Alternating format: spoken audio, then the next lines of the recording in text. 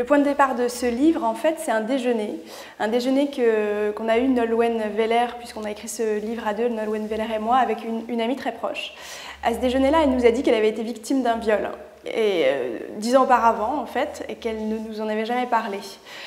Quand elle nous a raconté un peu toutes les conséquences du viol dans sa vie, comment ça s'était passé pour elle après le viol, comment elle avait été prise en charge, le procès, on s'est rendu compte qu'on avait des tas de préjugés sur le viol et on s'est dit qu'on manquait d'informations et que vraisemblablement il fallait qu'on enquête un peu pour voir ce qui se passait pour les victimes et qu'on informe. C'est un crime presque ordinaire parce qu'il est beaucoup plus répandu que ce qu'on croit, une femme sur 6. Et quand on a parlé aussi de crime ordinaire, on voulait faire la différence avec banal. C'est pas un crime banal du tout, parce que ça peut détruire une vie si on n'est pas bien accompagné et si les femmes ne se reconstruisent pas. Par contre, c'est exactement ce que la société renvoie aux femmes. Ce que vous avez vécu, c'est banal. Maintenant, il va falloir un petit peu s'en remettre. Puisqu'on ne leur propose pas d'aide, on a l'impression qu'on dit aux femmes aujourd'hui, aux femmes victimes, bon bah, passez à autre chose, quoi. La majeure partie du temps, ce qui se passe, c'est qu'elle retourne le lendemain au travail ou elle retourne le lendemain à l'école sans en parler à personne. La plupart du temps, c'est le silence. Pour les 10% qui osent, qui trouvent le courage, la force de porter plainte, elles vont donc à la police ou à la gendarmerie.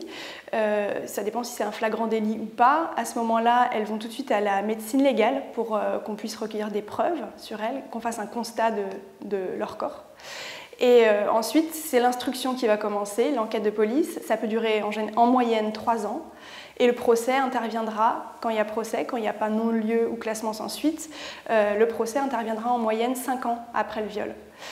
Et donc ça, c'est la procédure. Parallèlement, certaines femmes peuvent avoir un accompagnement psy, mais comme ce n'est pas systématiquement proposé aux victimes, comme il n'y a rien de systématiquement proposé aux victimes, elles peuvent juste se débrouiller avec leurs blessures, quoi. Alors, les femmes n'osent pas parler parce qu'elles ont peur de ne pas être crues, d'abord.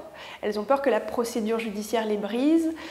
Comme la plupart des violeurs sont dans l'entourage de la victime, elles sont souvent menacées par leur violeur, elles ont peur de briser une cohésion familiale. Et puis certaines ne mettent même pas le mot viol sur ce qu'elles vivent. C'est-à-dire que comme elles ont un peu comme tout le monde des préjugés, qu'un viol c'est à 5 h du mat par un inconnu dans un parking, et avec un couteau et un pistolet, tout ce qui sort de cette situation, elles ont du mal à mettre le mot viol.